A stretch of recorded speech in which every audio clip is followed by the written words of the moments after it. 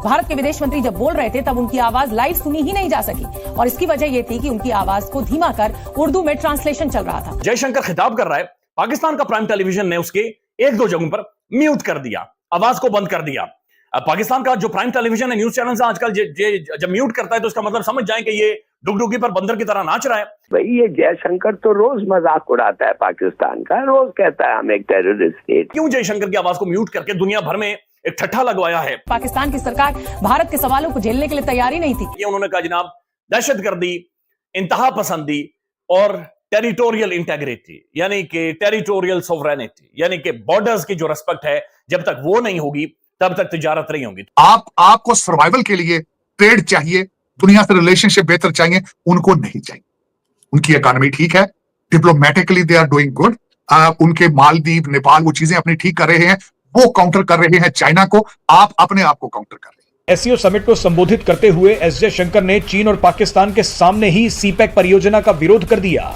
S Jaishankar ने कहा कि यह प्रोजेक्ट भारतीय संप्रभुता का उल्लंघन करता है। जानकारी के लिए बता दें कि सीपैक परियोजना पाकिस्तान के कब्जे वाले कश्मीर से होकर गुजरती है, जो भारत का अभिन्न अंग है। चीन और पाकिस्तान के प्रधानमंत्री को बलूचिस्तान के ग्वादर में एक एयरपोर्ट का उद्घाटन करना था। तैयारियां पूरी हो चुकी थी। चीन के प्रधानमंत्री को वहां जाकर बस रिबन ही काटना था, क्योंकि ये एयरपोर्ट चीन के पैसों से बना और चीन के इस्तेमाल के लिए ही था। मगर आखिरी वक्त पर बलूच विद्रोहियों ने बोल दिया कि अगर हमारी जमीन पर चीन आया तो अंजाम भुगतने के लिए तैयार रहना। आपको यकीन नहीं होगा, लेकिन पाकिस्तान और चीन की इतनी हिम्मत नहीं हुई कि वो बलूचिस्तान में जाकर अपने ही एयरपोर्ट का उद्घाटन कर पाएं। पाकिस्तान के प्रधानमंत्री शहबाज शरीफ और चीन के प्रधानमंत्री ली कियांग को इस्लामाबाद से ही एयरपोर्ट का वर्चुअल उद्घाटन करना पड़ा। आप अपने पाकिस्तान के अपने मसाइल को काउंटर करने से भी तासर हैं। आपका लौंडा लपाड़ा सड़कों पे इस वक्त एससीओ को नाकाम करने की पूरी कोशिश कर रहा है, पूरी कोशिश कर। सूबा सरहद बार बार इस्लामाबाद पे हमले करने का अंदिया देता है, इरादा जाहिर करता है, फायर ब्रिगेड क्रेनें लेकर हमला करते हैं। आप सर्वाइवल मोड में हैं, वो अपनी उनकी इकॉनमी दुनिया की 5वीं इकॉनमी।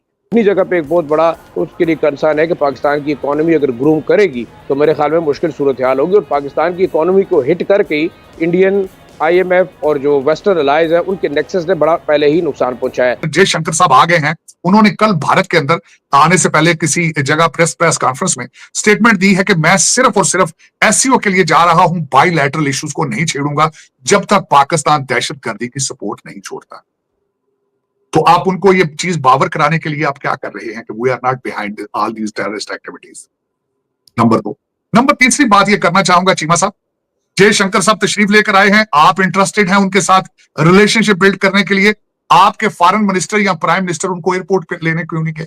वजीर आजम को चाइना को दिया ना, इससे ज्यादा अगर इंडिया को दे देते तो हमें ज्यादा फायदा था। ठीक है, जो चाइना से 28 घंटे में हमारे पास चीज पहुंचती है उस पर कितना किराया खर्चा आता है और जो 1 घंटे के मुसाफत पे है उस पर कितना किराया खर्चा, बहुत पैसा बचा सकते हैं इंडिया के साथ ताल्लुकात। देखिए इंडिया को हमारी जरूरत नहीं है, ठीक है, वो आ गया, उसकी मेहरबानी है, वो आ गया, ठीक है, वो ना भी आता है एक्सक्यूज कर देता कि जब मुझे सुनते नहीं है, जब मेरी वो इज्जत नहीं, हमें आप सही तरह सुनते नहीं हो, हमसे सही बात नहीं करते हो, वो ना आता, कोई ब्लेम ना होता। एक डीजी